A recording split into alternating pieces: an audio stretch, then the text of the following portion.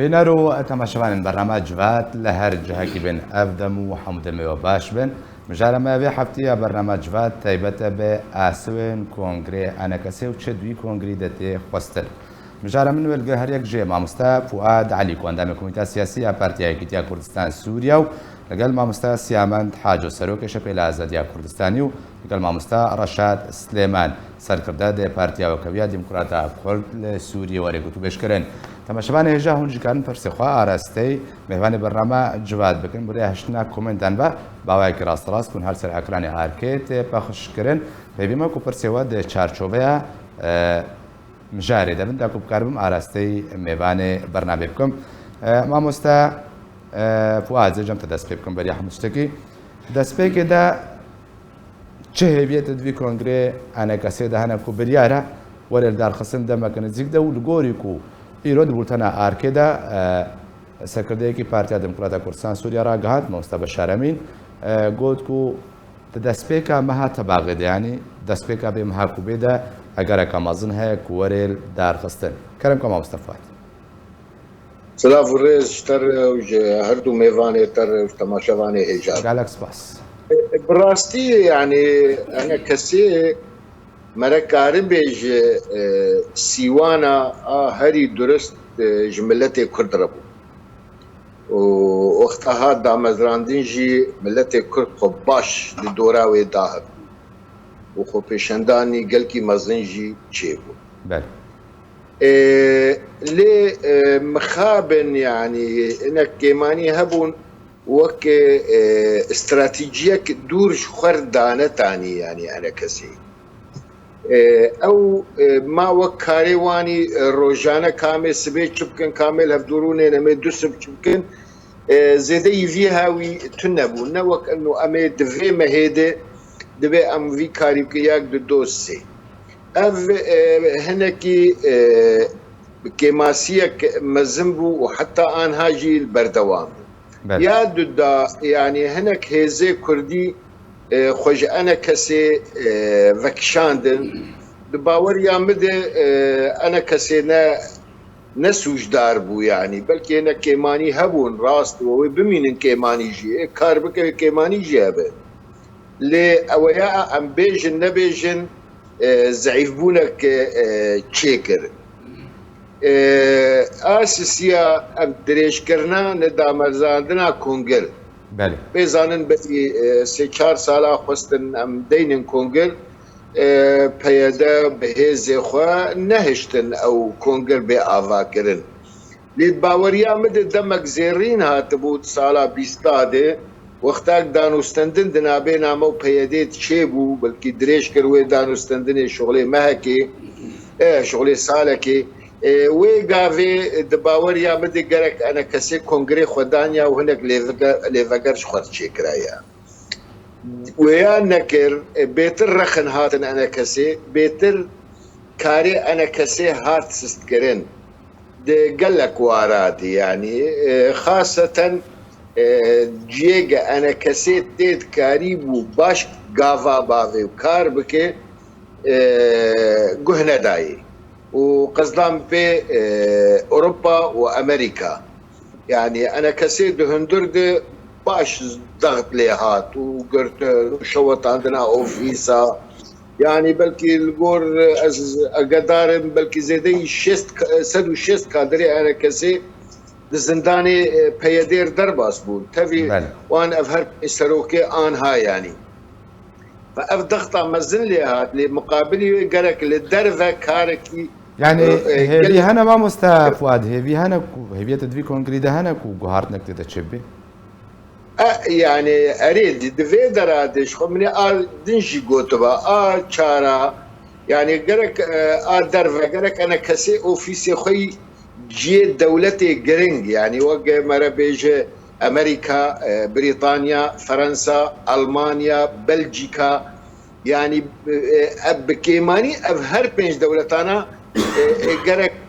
لوان مقاتبه وكسير وشمبير وزاناء وقدي الزمان لدورا خدارا دابا هفدو ودانوستندنك روجانب وان رتشيبوبا وجالاكي تشي كربانا اوفيسي وان متابعة كربانا شارع كيماني جانا كسيل سرد مشي حتى إيرو أف بعركرنا كادري تبوان كاردك لسر أساسي بارتياي جرك النولو بسر أساسي كفاءات أبي أزبي ما مستفاد أزبي مسر ما مستفاد أزبي مسر الروي تنظيمي هيكلية تنظيمي بيوستا بشرنجي بيو أو بدا بشكرنا كوت وقت بجز أزبي مسر مشاري بس خازم تسبي كده نرينا مهمان خبزان هيبيو أبزان بالكونغري أنا كسي تقلو تشهيبيو بكونغري أنا كسي هنا ما مستسيامن تو كسكرتيري بارتيا كا أنا كسي تشهيبيو كونغري أنا كسي دبيني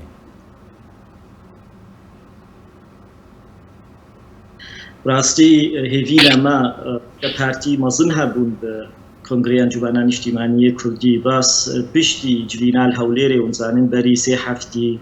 جوين چبون همو پارتیین انجمن اجتماعی تیدا بشتر بون هجماره که مظن سروکی پارتیا بشتر بون و دانستانی بری هفتی که قام شلو چبون دیس اجی هجماره که مظن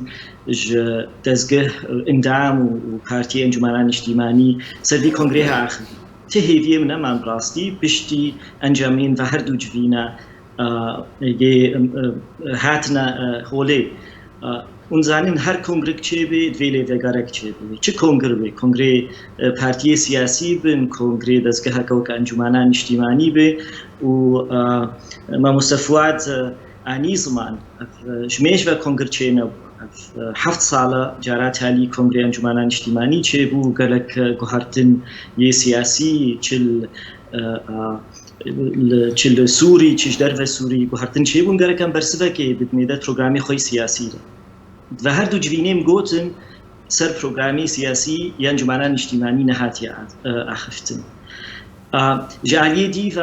دختی انجمنان اجتماعی هات دا مزراندم روش جدا بود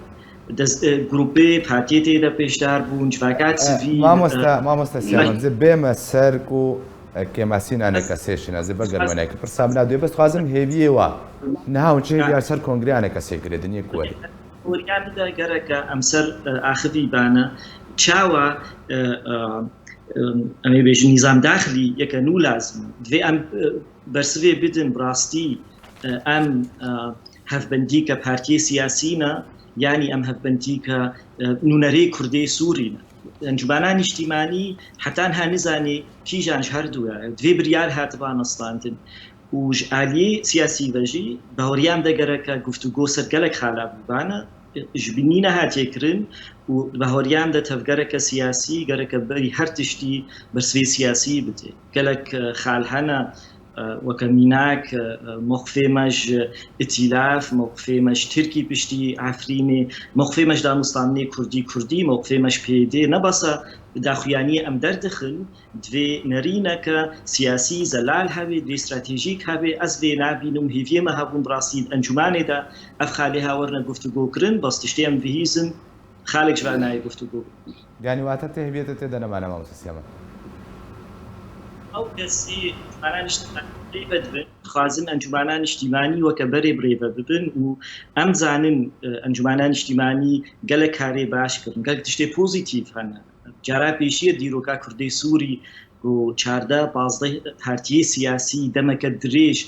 کارن پفر دزگه که دا کار بکن سر آسان اف دولتی انجمنان اجتماعی و کنونره کی گل کی گرین یه کردی سوری تیناس کرن دنگی کردی سوری آسان اف دولتی دا انجمنان اجتماعی کردیه ام لجنه دستور جنیف حاضرن دریک بریا سوری دا دستایا دانستاندنا دا ام حاضرن اف حمود پوزیتیفن بس بهاری عمدا سالی چویدا گله گوهرتن بون وکم آنی زمان گره که ام برسوا بدن الگورا گوهرتنی و ام دزگه خوشی وک انجمنان اجتماعی بپرسن رنگی ام کاردکن راسته رنگی دزگه هاتی آواکرن ما راسته و اف خالیم آنی نظمان ناین گفتگو کرن هجمارک پارتی سیاسی انجمنی و سروکاتی انجمنان اجتماعی تخوازن وک بری کاری خبر دوام بکن و مهي وكم قلت هيفينا ما هابون هيفينا ما هابون بس نت انجامي گفتگوید بن تيخو ياكن گوتو هارتنا باشا ما مستسيما دوباره بقدر ما جمتا ما مسترشات همان برس بيتا تدا شان بكونغريك وبريالات تسبيكا ما تبغى دورنا ورد دار خصم شنا بله سپاس شتر سلاب و ریز بو هر دو میوانی تایی هیشا قلب سباس حكمتك عربية أو ترجمة عربية بيش تعظ بأمسك لغدك بله يعني أجر سيرفي مبدئي في مفهومي دي أم هناك السيرفي مثلا خبسة كم قضية كونغري خو أم يبنرن يعني براسية بيجم حفت سال ده حزار وبازاد وبس بن أجر أم عبرت جي بقرن أم السر وان هناك كماسي إنجازات كاري هاتي كرن مجمل خو يعني تمام خو كاري هاتي كرن سربسة كن يقارب مفرداتي وبالتالي شفدو درخين أمي يعني قيادة ما إيرو كونجر آمدتك وتحضيرتك وأبوي بيويس بأم جوي انطلاق بن يعني وقت انطلاقك ما هبل سر أساسي كفني ما أب حفظ صاليش كارو خباطة هاتي كرن السر قال لك آستا الجور مرحلة الجور آلوزجي مرحلة تحرس شار دائرة مهمة دائرة داخلية محلية خجي دائرة إقليمية دولية يعني حالتها السوري بعموميته وهبونا متد نمكن أم بنقرن يعني حرتش زلال البرشا فيما فوقتي مقارب إراداك ما هب وهنا تيجشتنك ماد نرينا ما سياسي ده جارك كين نرينا تنظيمي ده إداري ده جارك كيد حالتها مي عمومي حالتها فكري قومي كردي ده أمي قارب إن شاء الله إجازاتنا بكون بهذين وأمورنا البرشا في حوالي ما بين وأمي بسركب إن شاء الله دستي قف بين تشنا باش ما مسترشات ما مستفاد تدسبيك أقولت خذ تقول أنا كسا سيوانا كرد رجباء كردستان بو يعني برنجي كي تشتغلي كبريان هابو يعني إنها تشكي ما يتدهنا وتخال بخال تبحث سر هندك كما يرا وسطي شال سركنا واك ما سيا تكون قرده بيست تشرنجي وريكرن أقول شال سريا تكون قرده شاو وريكرن باشا تهمان دم دست خازم دم بوري ده هند دسكفتن أنا كسيكو بدس خصنا جبوي كردين رجاء كردستان 7 سالين بوري سراج راوستي كرمك بله يعني وكم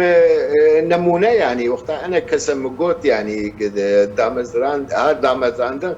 ملت هندر ودرفه تدخل بيشوي قل دوراوي داهف يعني وكزان هالفرنسا ما ازانم قال لك كسير وشمبير وسياسه بدار وزانه وسربخوه وخدي ديرو كان لفرنسا زمانه وان خرت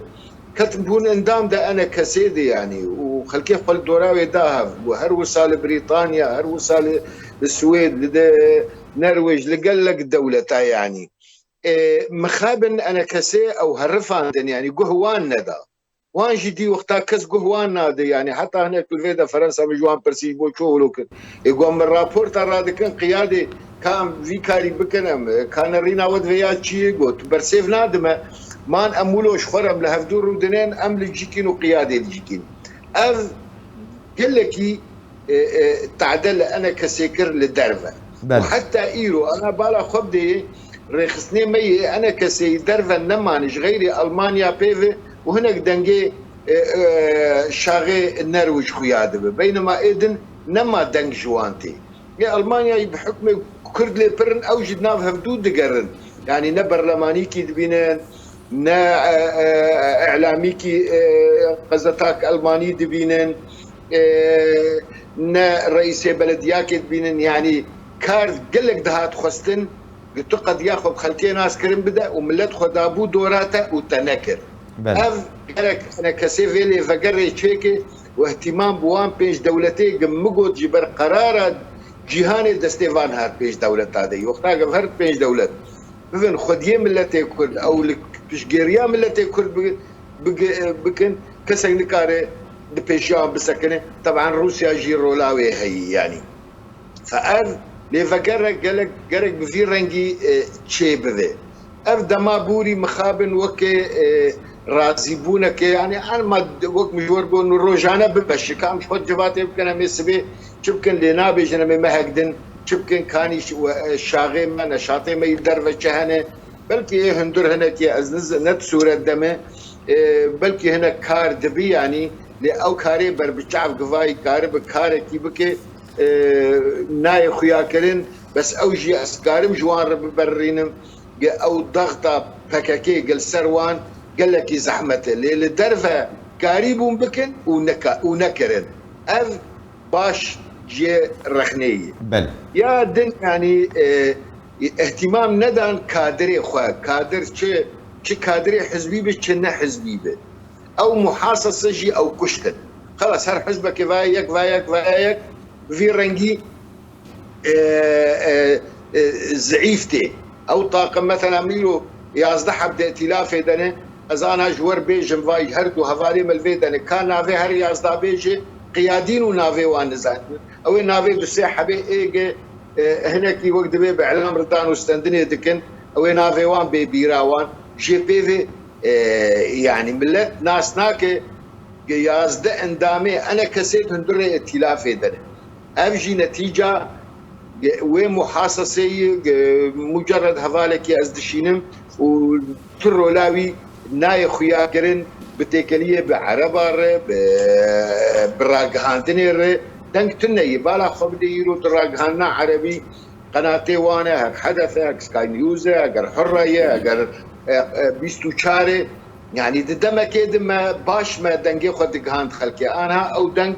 قال لك زعيف بويو كيم بوي يعني وقتها وسطي عربي تكارنك وترولك اناليز وتوسطي علامي تنك معناوي في مر الخوفه قره انه مركب اذا كوادري وخبرنجا كيدن بيج دبده افجي كمانيا هي يعني موضوع ائتلاف نظامتك كالنقاش نكفيني براستي يعني دم ملاحظاتي متفيدة هنا يعني انا كسي يجي ويجي سر ائتلافي يعني ائتلافي دون دسمبيلي خده يعني باركي راشتي وكسلي قداريناك او فسائلانا خستن سكرا خو ايمنن او فسائلانا لي قداريناك جارك ما قلت يعني افجش الوطني دروك مظنه باش ازهات من رخن كرن تنا يجيش وطني فصائلا هل يك مكتب سياسي وهي هل يك جهازي وي امني هي جهازي وي مالي هي ونهاي وان ائتلافي ونباي وان فدون دسمبيلي خدا رخنا لانكسي باش تو كت ائتلافي تو بيجي نبيجي اف كسانا حكومه ائتلافي وفصائل عسكري سرت محسوب سر ائتلافي محسوب تجي الائتلافي وتدبيجي از ناكفن فان كان ناكف نحكومتي وناز مكاتبي خوفتكم باش تشر مكاتب تشر عفرين ولو بهيله تو تناقضات هي ايلو بعضك برا اهلي عفرين فقرن وتفناقر قياداتي انا كسي عفريني فناقر يعني تو وقتاق انا كسي هر ومكاتبي خوفك او فصائلانا نهي لن امكاري خوبكن تو مبرر هبونا مدى ائتلافتنا بخاريوه ام وهو نكار اللي هفدو بكن ام على اساس ام حامل سياسي نظام فصائله الفصائل نهي لام نشاطا خوبكن زيد حكومتي كاري خوبكم وزير السر عردي مكاتب خوفكم ملتي عفريني فقر اللي تجملت دبي فقر هر اذهب وانت وربك قاتلا انها هنا قاعدون عين ولوبوي هر فقر وبيانات دبي ملت فقر وتفا ناقر تفقر دبي انا كسي فقر سريك عني فقر عفريني فقر تل ابيض وقتك فصائلها نهشت اسكاري خوبكم وقتي خستن وملتي خنكم خدي ازي فقر ماجور ائتلاف لازم ازوت نكار بهدور كار بكن جيم الجمتتن لي وقتها جيس مجال قدام وملتي مفقر يا مقزنجك مزنكر ودفي انا كسيف يا ايرو بتبرشع في خو يا يولوبي يا يولوبي نابي بفي رنج زي اسطنبول تنبم وبيانات خل كيف فقرينم مالي وان خلق ببيانات فناقر طالما از فناقر لي از فقر خلك بواي فؤاد شوي ديكوي مكاتب انا كسي فبون ازيشي هرم فاف قالك انا كسي خوش شكل سيرفيا مسكره باشا اذا دو نقطتين اساسيه مساله محاصصه ومساله دواري براتيكي دي كاوا تعاملي بائتلاف يربك دن قد انه ما اذنابي نبقى حوار الكردي أنا كسي مسؤول برده بكا كناكي أما ما مستفاد يا بيجن دانستان كردي حوار أو مشاركة قلت فترة ببحثها يجيب كان دوباره بقى مجلت ما مستفاد ما مستسيامن تجي وكا سكرتيركي بارتيا كان كسيت او كماسين كودانا كسيت هنا بيست بشرن جدا با كونغر داكو كونغر بياور دار خستن ورنا چارا سرکرن قالو او كماسي ورنا چارا سرکرن يانا خيبرين ها قوت از باور ناكم ورنا چارا سرکرن برساتی شید و انجمنان اجتماعی خو بکه چیه چه دزگه نزان به چیه زحمت کاری خوشی برده به دوی بریاره بسته انجمنان اجتماعی هم بندی که پارتی سیاسیه یعنی خودبینی و که پارلمانت و به هریان ده هر دو نشی ام زانن دیروکا کورسانه عراقی میناکه گلکی باش هبو هر بندی که پارتی سیاسی هبو گودنه برای کردستانی هشت پارتی دوی وقتی ده کورسانی گرین سالات هبرن منتجع ناکی مدید ایرو کورسانه عراقی هریما که بن کنترل کورسانه عراقی و کاری بون کاری هف باش کاری بون فدرالیه بین عراق يعني أنا نابيج أو تاني سببون يعني سياسة أمريكية جي دولة كويها وسياستنا دولتي دولة كويها وبس أم زانم جارا بيشي ديروكا كردي عراقي دا بري كردستاني چيبو وبصالا كاريبون بفر كاركن هف بنديك سياسي بارتي سياسي بهوريا مدى دوي أم برياري بستين أم تخوازم ببنا هف بنديك بارتي سياسي دوي أم پارتی سیاسی تنی د انجمنان اجتماعی دبن و تکاری کسی سر بخوا و که گروپا کشی ورمند کسی بسپور علیکار بن ترا یعنی تی بیشی از پارلمانت کن تی هلی کسی سر بخوا و جبکات سبیل شی تی و سینگی معیار جیر لازم و ایرو معیار نینن کی دبی امدامی انجمنی غیری پارتی خویایا بس وقتی کسی سر بخوا جبهوری عمده صدی نوت ایروی ام بیشیم سر بخوا نه سر بخوا ند انجمنان اجتماعی باشا ما پیش نیاره کرد ما گفت بهوریه ما تدویه البجارتن چه به او پارتی سیاسی هکت بیجی از رنگ کی پارلمانتو نه هفندی که پارتی سیاسی ما دویم البجارتنی چه کن او پارتی هنر 14-15 پارتی سیاسی یه انجمنان اجتماعی دوی کاربن خبرش حینن و کسی سر بخوشی گره که هنگی مجال هبی خبرش حین او کسی هات نه البجارتن اوی و انجمنان اجتماعی دبن کنگره چه ببی امی بیشن 100 کرسی هنه و الگورا دنگا امیوا کرسی بلند یک جه پارتی چند پارتی هنه دی رفت کن بهتر پارتی بچوچ کنش بروی خیابی براستی چقا پشگیری جواره هیا اف بهوریام دوی بریاری نقبینا هر دو بیناکاده هل بجیری و اف نکریه براستی جالیه دیو ان بیشن صدی پنجه یک کسی سر بخون معنی زمان گو یعنی شوی صدی نوچی گریدایی باشه دزگه انجمنان اجتماعی مدهنی خوبت نیده سروکاتیه ده یکی تنی سر بخونی ده کمیته کلیش درفا یکی سر بخونی مو مکتبه انجمنان اجتماعی ده یه سر بخونینن جبر براستی هف بندی که پارتی سیاسیه بریار پارتی سیاسی بستین باز ما بینجو یک صدی امدام خصنه یه سر بخوش بوی کنگرده پارتی که دو او يعني هفالي دنجي وعناك زيدا ببن وأفتني هاي أف مشكلة كبراس يعني سرفي أساسي لأنجمنان اجتماعي آفا كلية زحمة تبريار راجي بستين جعلية ديفا أم بحثا وكا أنجمنان اجتماعي وبكر دعوات ديمقراطية تشج ريكبرية تشج نظامي شحمو أليام دعوات ديمقراطية تكون أم الأنجماني ميزة ندزقها كديمقراطي حتى حدا كينا ديمقراطي أم دعوة فدرالية يعني نافندية تكون أنجمنان اجتماعي يعني هنو دبي دزقها كنافندي بينش سروكاتي بينش كسن وتشكيشان بارتيا ينت سروكاتي برسي غازنات كي بيجي بريار مركزينا نافندينا ام نشريكي بريارانا دبي ام بهيلن براستي بهتر بارتي انجماني ببنشريكي بريار ام بحثا شفافيتي ترانسبارنس نينا انجمانان اجتماعي يعني هذا شكيجان اندامي انجماني بپرسن كاخد ديكي چه پرش انجماني رتين و چه تي خرج کرن افتشتي قلكي جرينجا شفافية مالي ام نزانه اف خاليها قرقت مؤتمر دوري گفتگو كرن بس وكم جو ناي گفتگو كرن و جبرلوجي هي في منين جو ام كاربن براستي انجامنا باش في كونغريها درب كيفن از هي فيدكن ديسا يعني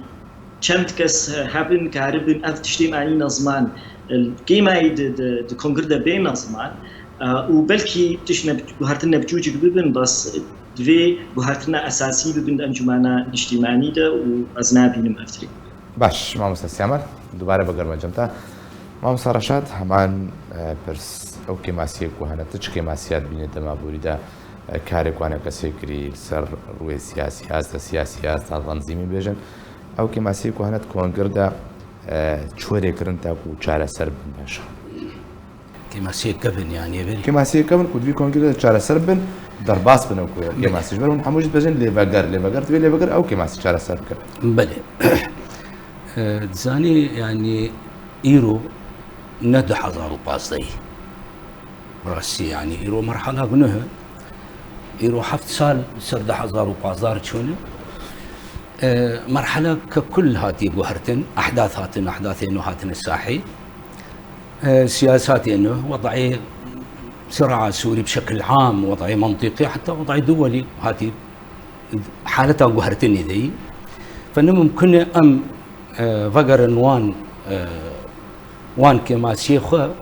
أم وان شار سربكن تاني وبي أم نرينك مستقبلي باشر وجاء خو بنرن والمرحلة بنرن إيرو مرحلة شجمة خوازل حركة ماي كردي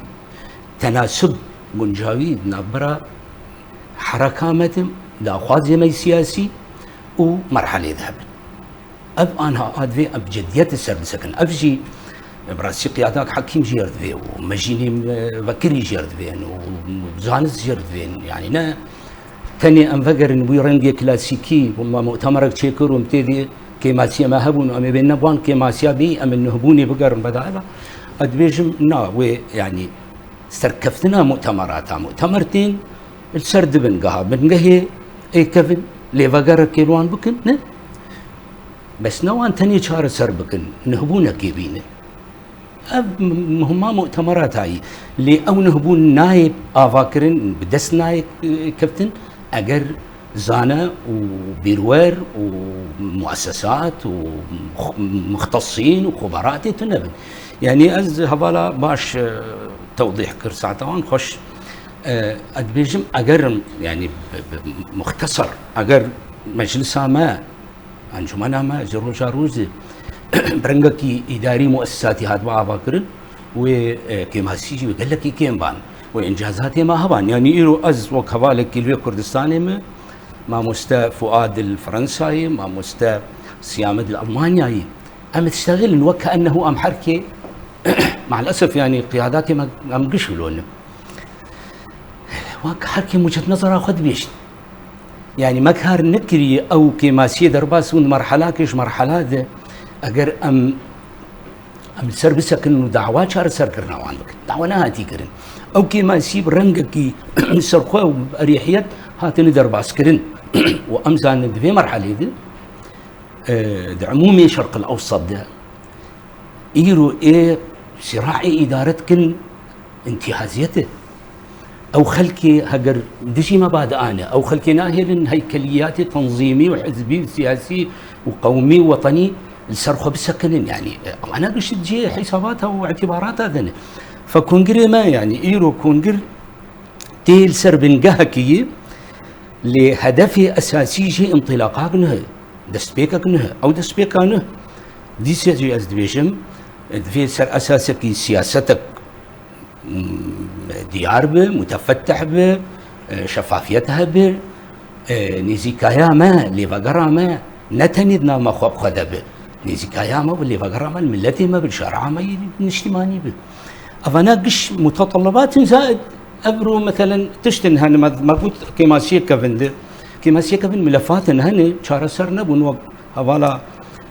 اما جاكرن بي يعني شار سرنا بون جبر شار سر كرنا وان نفسه لي انا قلتني يعني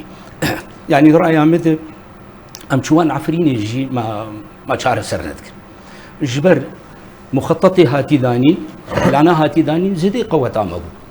فإيما وقت مجلس عما يعني إنجازات باش كرن حوالي ما باش كرن وأفهبونا حوالا عنها الدولي الأوروبي الدولي إقليمي والداخلي هندري سوريا دي والكردستاني يعني فيكش إنجازات ما بون يعني براسي مش حالتك قلكي بهيفي وفقير وبلنغاز وباشكتي أم دركتن حالتك دوليش واقعي جزيرة ما أو واقعي أجر أستاذ فؤاد أكيد تبيراوي انتخابات بريد وقتها او اندام مجلس مجتمع وطني سوري بو بس الشعب قال سوري بو ام اسبيربو يعني ديت حالي ما تشوفوا ما بتم البرق هذا بزورة بزحمتها بأروزيا مع حياتها خبرانية أم كانت المرحلة أجنودة أو مرحلة حساباتها ما دراساتها ما تهيئة ما تقول ما جير النبض قناعاتها ما تبوك واقع بيجم يعني جير النبض جبرولو بيشك بيك وان أمتيك بنبر أروزيا وبرتنغاسية زحمت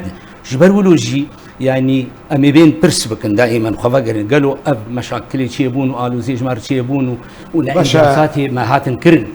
قالوا ما زانيبون ما بين زانيبون الفرق جواب الجزيرة إذا بمسر نبروك مجاري ما مستا فؤاد يعني تخازم السرويشن دي راوستم أبحمو ويك وخال ما جبكرن كما سيكو هنانا كسيب بيستا لبا قريب كي بيستا ورجارة سركرن هذا بمسر هيكلية تنظيمية أنا كسي أكونها أب هيكلية أكونها أنا كسي بتبرة ببرن جه كونغري داوين كونغر كو هات دار خستن روها أو يكو رجلي لها تكرن كور دار خستن جي قالوا أو فيرنجها هيكلي بمن باشا يعني جي جوهرتن تدوري كرن أو جوهرتن بشرنجي يعني هيكلية تنظيمي كونغر ده بيستا شو جوهرتن تدوري كرن والله از لما طلع بشقة ما ذكرنا جبور روشا تنظيمية هندر ليه لقول از دزانم انا براي سيامد رخندك جفاتني قال لك يقرنج لهوليري تشيبون وقهاشتن خالني لقول هفال دبيجن خالني باشن دواري رخصتني دو خشكاي بيك بي او قافني بيش كتيبن آدن آقامش يجي تمام كر يعني بالرشاية عملي نانرن عن بيجن أوي هيفي هي أوي جهرتنا هبند واري رخصني ده بحيث بترك أف إنجومن كارب وقت بيت ديناميكي به نا أسير قراراتني وقت بي درنج بين استندن يعني هرتش دو وقت أخده اوي تشيك بفي ما بوتوي ما بيز بوي ناطق رسمي جير تشي بفي لا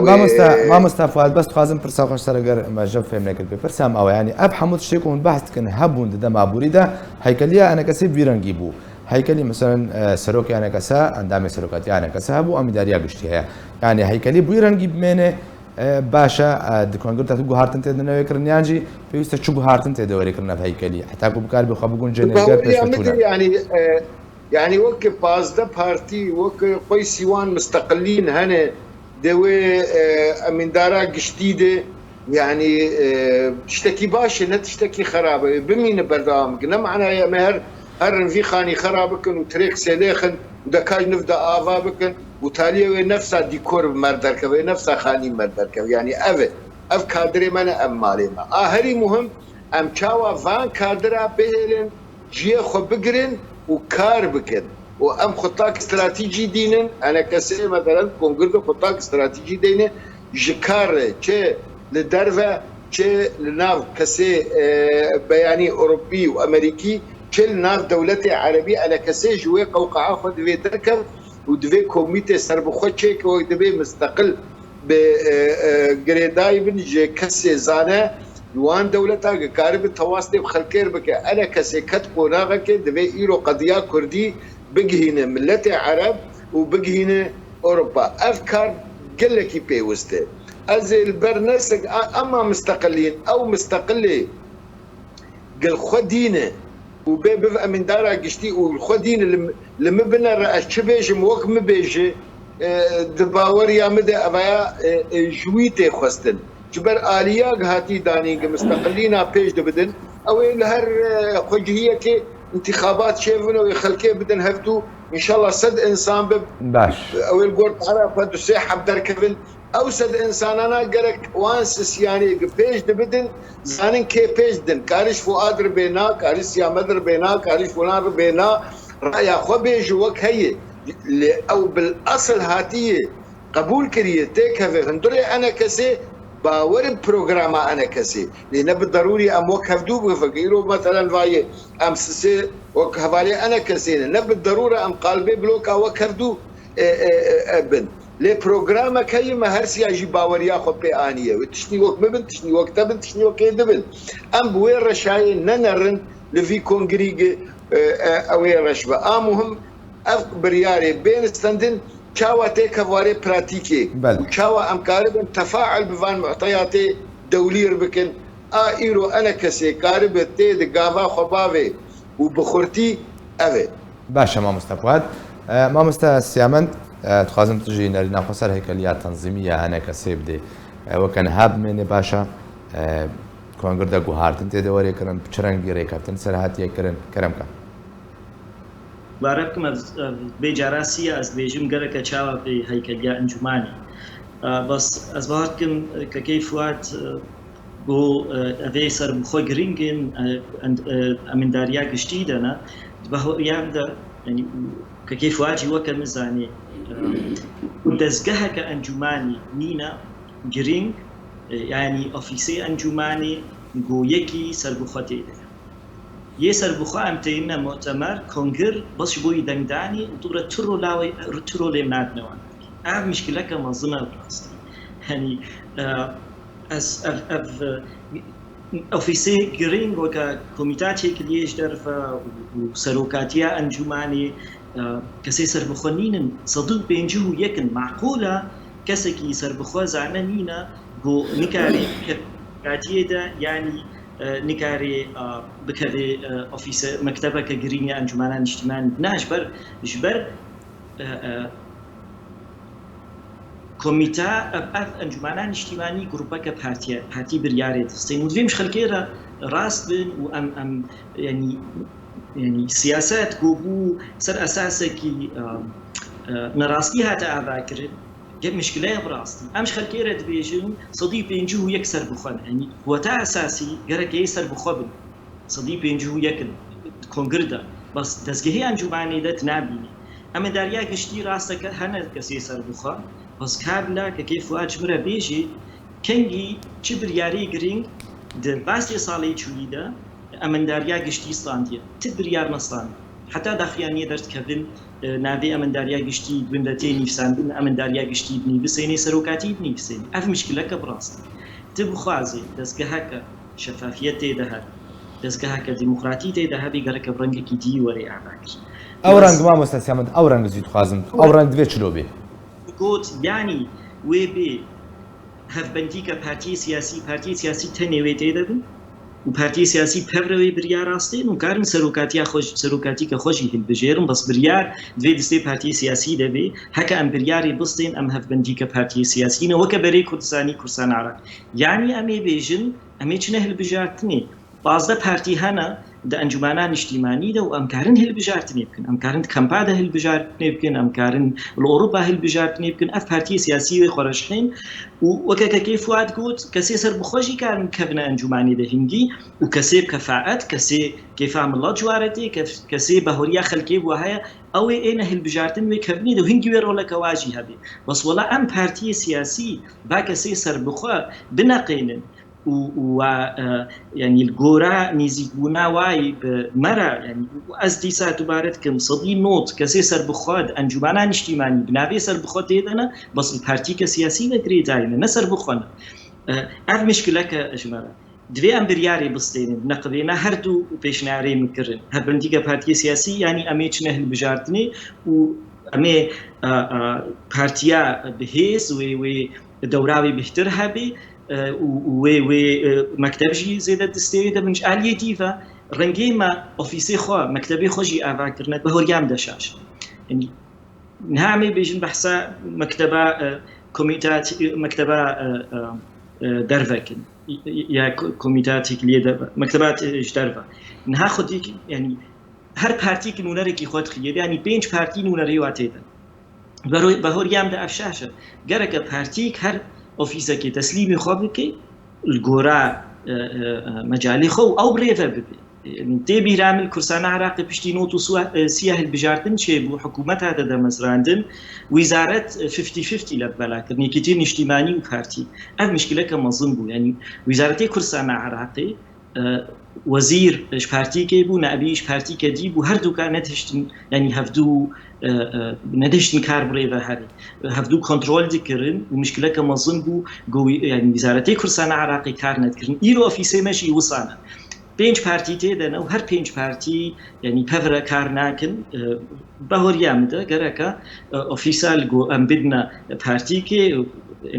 ئەم کارن ئۆفیسا تێکلیش دەربە میسال بدنە پارتی دیموکرات و ئەو کەسێ برێڤە ببێ وێ ئەو فەریقا خۆچێ بکێ ئەو بێزینێ پیرەکاری کار بکێ و ئەو بریاری بستێنێ بەستە 5 پارتی خستنە مەکتەبەکێ ئۆفیسەکێدا کار سەکنێ پێشوە ناچێت ئەv دوێ ئەم کۆنگردا سەرباخ بن یادی من سپێکێکی گۆ gelek خالی گرنگ هەنە یە سیاسی دوێ ئەم نیقاش بکن دوێ ڕۆژە ئەم نیقاش بکن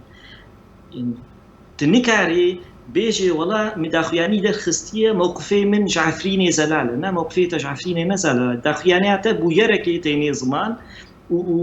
بس نزل على موقفيته دويت بروجا سر عفريني سر موقفي مد ائتلاف ده موقفي مشتركي شبي دي ام چت خوازن جبوي دا مصامني كردي دوي كسيب سبور بينت تگفتگو بكيت روجا گفتگو بكي جبوي استراتيجيكيش خوره ديني از نبینم ویل جمع انجمن چتی مای هیا سری هیوه که می داخویانی که درخن وش سروکاتیا موری ام استراتژیا ما داخویانیا ما سیاستا ما تمثيل كنا وصايا تحمو بارتي سياسي ودزجه سياسي ده تدروني وبروجانات گفتگوت که سر خالنا وتنا داخياني که درتخي ازنابي مذي براستی نديت استراتيجي كما همبري عفريني ائتلاف تركي بيدي دا مصامي كردي هيا واف دوي گركت كونغردا هاتبانە گفتوگۆ کردن نەت کۆنگردا بەری کۆنگر هاتبانە گفتوگۆ کردن بداخەوە هەڤالەی مە 4 ڕۆژالقامش لە هەولێرێ ڕوونیشتن خالێک ژوایم ئانی زمان سەر گفتوگۆ نەکرد بەسەر چ گفتوگۆت کردن مامۆستا سیامەداگەر ئەم بێژن هەڵوێستا سیاسی پرۆگرامە سیاسیش پێشە ڕۆژێڕیانی جێ پرسیارەیانی ئامادەکانی شرە تێنەکرن دخالي جرينج يه سر هاتا گفتگو کرن هجمارا کسی سر بخوا دوی چاوابه صدی بینجیهو یک به یعنی سه به اب هاتا گفتگو کرن چند روزا و سروکاتی 5 کس بن یعنی 7 کس بن اب هاتیا گفتگو کرن بس بهوریام دا گو سروکاتیا ما پروگرامك حاضر كربانش بو جويدي و اف خاليم اني بانظمان بري هنگي خوشك ليكولين سر كربانا و براستی لێ دەگەرێک چێکردبانە نەکردناش بەر ئەو دخوازن وەکە و 7 ساڵی چووی کارەی خۆ بەردەوام بکەن و ڕاستی مشکلەکەمە مەزنە گۆ ئەم ما وەکە ئەنجومانان نیشتیمانی 7 ساڵە دنیکاری بوو کۆنگرێ خۆ بکەن ئەس نەت بەهۆریا کەکێ فواتەمە گۆ ئاستەنگی پێدەی چێتکردنش بەرلۆمە کۆنگرێ خۆ چێنەت کرد ئەف حجەتە بوو بەهۆریامدا بسەدەی کۆنگرا 2 ساڵی چووی دەبریا ئینتەرنێت چێبوونە و پێویست نییە ئیرۆ يعني قرني بيستويا كده نحوجت هفدو ببين ها نرجو هفدونا ام برنامجي تشيت كنا ام بفر گفتو گودكن وكم جم هفدو رو نشتيبن كونغري جالك بارتي اوروبا يعني 10,000 حاضر بونو كونغري خود كرن لا 10,000 بهزار اندامي انجمانان اجتماعية كونغر ده حاضر بن وين زيدتري صد كسيبن حجة ومشكلة كماي رجلاتان نافين بارتي سياسي هاي جو بارتي سياسي وش دزجه وكا انجمانان اجتماعي سروكاتي تخازي بصالة نا هالبجارتنا چينكي كونغرا چينكي بس دي ساجي قافك باشا جو كونغر جنيزيك ويچيبه بس نهر تشت رشا بس كي معي مكاري وبري 2 سال 3 سال اجي كونغري بكل باشا موسى سيامد وامسر رشاد مان برس شكل تنظيمي شكل كونها أنا كسرتي ببريفة برن تشاهد بيني وبيوستا شو هارتن تدوري كرن أكلت بيني بيوستي هيا زاني آرائي ماي شخصي يعني أنا هم ددن نرينو تبيني ما تشيتر بو باشتر بو أجر بري أنا نهاجي هم هاي كونغري نهاتي الدار خستن كونغر هاتي دانين بس لوائح جداولي كونغر هاتن ما ذكرن يعني شكل إداري أنا توزيع السربية كرن هاتي دانين شاوية نسب هاتن حدد عندن نسب هاتن حدد عندن تشيش قيادي هي رئاسة تشجي نسبة حوالي بارتيا ونسبة سربخو إيه سربخو إجا الورد يعني براسي أدوجم آرائي ما إيرو هر رأي في داي هي بس إيرو يعني منكارن جوهرينا كيبك أو ياكو تدبجي تتوقع رأي أخوة تدبجي شاب باشا وكر أيامي يعني براسي هنا قال لك ليفاجرك باش صار مصطلحي المجلس الوطني هي قالوا حقيقة مجلس وطني بتكوين أخوة بشرعيات أخوة بمكونات أخوة يعني أمشلوا مجلس وطني ينجي مجلس أحزاب أنا أقر أموي مفهومي السياسي بيجنهم قضية كار وسركيشي وبيشكيشي بيشي حصر بك قياداتي خذوا بري هبالي السياسيات وبيشكيشي سياسي ده أمنا من المجلس الوطني حقيقة سكرتير هذا قصدته ملي سكرتير هذا سكرتير هذا بل يعني أنجمنا ما بناف مجلس وطني بو بس تبي من حيث المفهوم القانوني وقت بيجني يا ساي إنه مجلس وطني مجلس أحزاب يعني شي مكارب بيجي مجلس سياسي المجلس السياسي الكردي الديمقراطي في سوريا أو الوطني عفوا لا الكردي الوطني في سوريا مكارب منافق يقولوا يمكن أدبي موين يزكتري قبول كرنيبا شما يعني مخابن يعني قيادية ما سركردية ما سركشي ما سكرتيري ما نفكرين إنه روجك شارعة وطني أهميتها وشندي قرنج شارعة ملت شندي قرنج يعني مكملة دواي حركات سياسية بيوينا مطلقا بحركات سياسي ملت نكار إنجاز كيبك وبملت حركة سياسي نكار إنجاز كيبك برولو يعني دبيجي حكم دبيجن أو تجارب تاريخية دبيجي أجرت قائدك سركفتي به تبيه البهوردية ملتي تبتبي وأجرت هنا شيترين سركفتي ترين به تبيه له بهوريا ويبي بهوريا ملت بي ما أفكار نكري سركردي ما نكرني إجايرو يعني أدبيجي ما سالي مدي إطاري نسبي ده أو نسبوي ده أم بدقارن تكوين مجلس أخو آباد كن أم بيويست برنجا كي نهب أو رنجا إنه أدبيجم كارك سر بربرسك سروكا كي مجلسي هذا وبلاقة لجاني ما يدهبان هيئاتي ما استشارية بان يعني هذا ما سكرتيري دما ما شاء الله ترى ملتك قاسم ملتي أمريكا هي نه أجر سبكي شاي بكن يعني بلاقة بمين جيني هي جايد مستشارين جيشي ورمنديش ملتي مرة في مجلس يرو ومجلس بقاعدة اجتماعي شيء نار نقدر نبي بكن مجلس وطني أجر وطني تيتنبن مستقلين تيتنبن إجا ونهيواني إيه ماي أفانا إجا مسائل بدقر كماي تاريخي ودودريج وبدي قالك سپاس به مامۆستا فواد علی کواندامێ کۆمیتە سیاسیە پارتیایەکیتیا کوردستان سووریا گەلک سپاس بێ مامۆستا سیامەند حاجۆ سەرۆکە شەپێ لە ئازادیە کوردستانی گەلک سپاس بێ مامۆستا ڕەشاد سلێمان سەرکردە پارتیاوەکەویە دیموکراتە کورد لە سوودیەک و بمڕەبوون تەماشەبانێژە سپاس بۆ ئەوژی و تەماشەبانێ مەبوون جالیم بەژی هەر شاد و بەختەوەرمێ